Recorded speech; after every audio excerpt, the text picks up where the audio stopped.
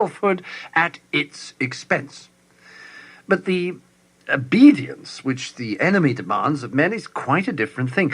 One must face the fact that all the talk about his love for men and his service being perfect freedom is not, as one would gladly believe, mere propaganda, but an appalling truth. He really does want to fill the universe with a lot of loathsome little replicas of himself, creatures whose life on its miniature scale will be qualitatively like his own, not because he has absorbed them, but because their wills freely conform to his. We want cattle who can finally become food. He wants servants who can finally become sons. We want to suck in. He wants to give out. We are empty and would be filled. He is full and flows over. Our war aim is a world in which our Father below has drawn all other beings into himself. The enemy wants a world full of beings united to him but still distinct. And that is where the troughs come in.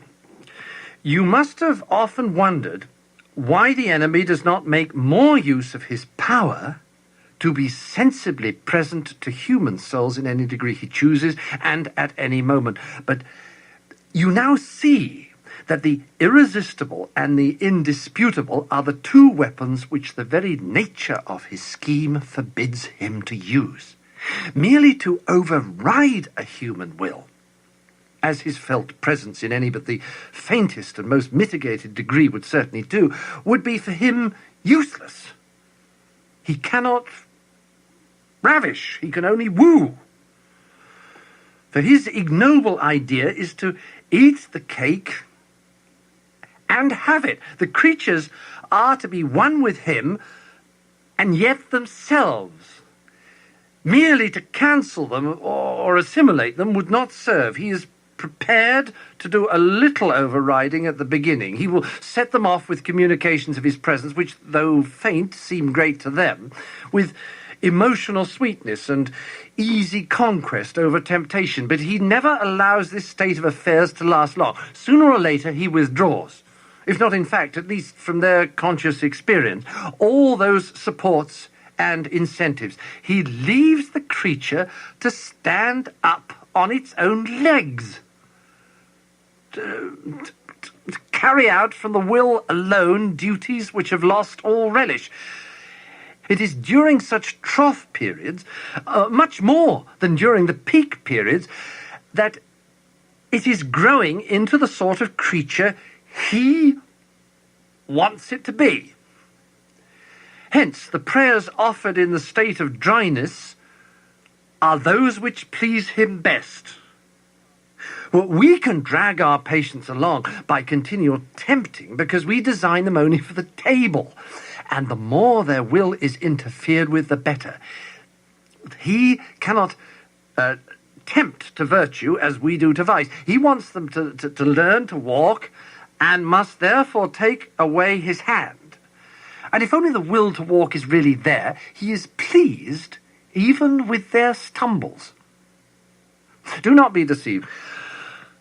Our cause is never more in danger than when a human, no longer desiring, but still intending to do our enemy's will, looks round upon a universe from which every trace of him seems to have vanished, and asks why he has been forsaken, and still obeys. But, of course, the troughs afford opportunities to our side also. Next week, I shall give you some hints on how to exploit them. Your affectionate uncle, Screwtape. Letter 9. My dear Wormwood, I hope my last letter has convinced you that the trough of dullness or dryness through which your patient is going at present will not, of itself, give you his soul, but needs to be properly exploited. What forms the exploitation should take, I shall now consider. In the first place, I have always found that the trough periods of the human undulation provide excellent opportunities for all sensual temptations, particularly those of sex. This may surprise you, because, of course, there is more physical energy and therefore more potential appetite at the peak periods. But you must remember that the powers of resistance are then also at their highest. The health and spirits which you want to use in producing lust can also, alas, be very easily used for work or play or thought or innocuous merriment. The attack has a much better chance of success when the man's whole inner world is drab and cold and empty.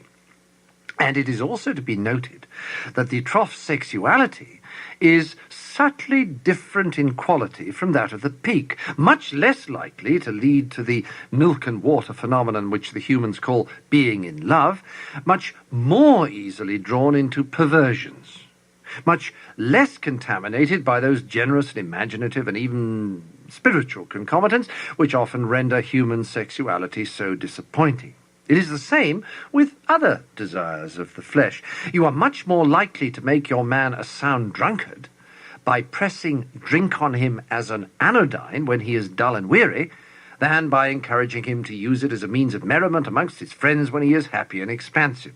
Never forget that when we are dealing with any pleasure in its healthy and normal and satisfying form, we are, in a sense, on the enemy's ground.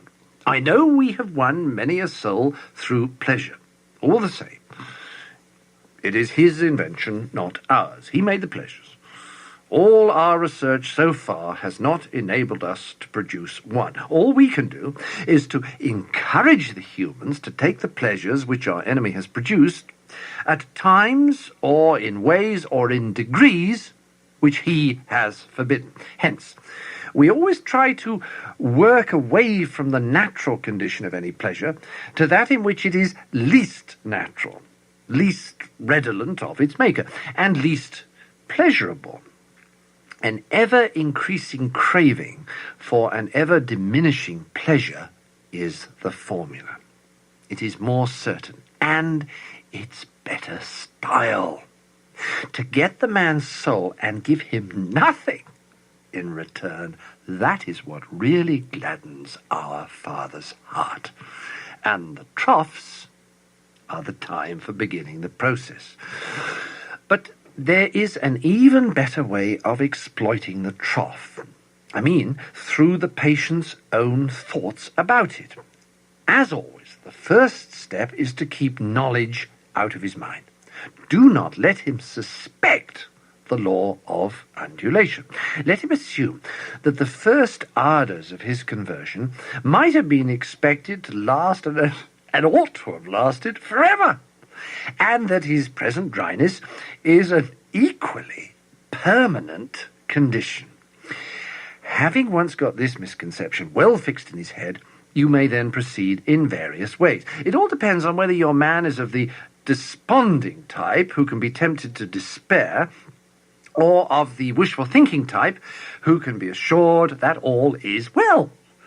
The former type is getting rare amongst the humans. If your patient should happen to belong to it, everything is easy. You have only got to keep him out of the way of experienced Christians, an easy task nowadays, to direct his attention to the appropriate passages in Scripture, and then to set him to work on the desperate design of recovering his old feelings by sheer willpower, and the game is ours.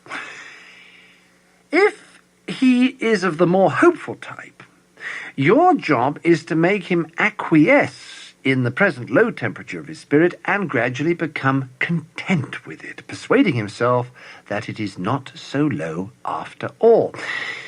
In a week or two, you will be making him doubt whether the first days of his Christianity were not perhaps a little excessive. Talk to him about moderation in all things. If you can once get into the point of thinking that religion is all very well up to a point, you can feel quite happy about his soul. A moderated religion is as good for us as no religion at all, and more amusing. Another possibility is that of a direct attack on his faith. When you've caused him to assume that the trough is permanent, can you not persuade him that his religious phase is just going to die away like all his previous phases? Of course, there's no conceivable way of getting by reason from the proposition, I am losing interest in this, to the proposition, this is false. But, as I said before, it's jargon, not reason, you must rely on. The mere word phase will very likely do the trick. I assume that the creature has been through several of them before. They all have. And that he always feels superior and patronizing to the ones he has emerged from. Not because he's really criticized them, but simply because they are in the past. You keep him well fed on hazy ideas of progress and development and the historical point of view, I trust, and give him lots of modern biographies to read. These people in them, they're always emerging from phases, aren't they? So you see the idea? Keep his mind off the plain antithesis between true and false. Nice, shadowy expressions. It was a phase. I've been through all that. And don't forget the blessed word, adolescent. Your affectionate uncle, Screwtape.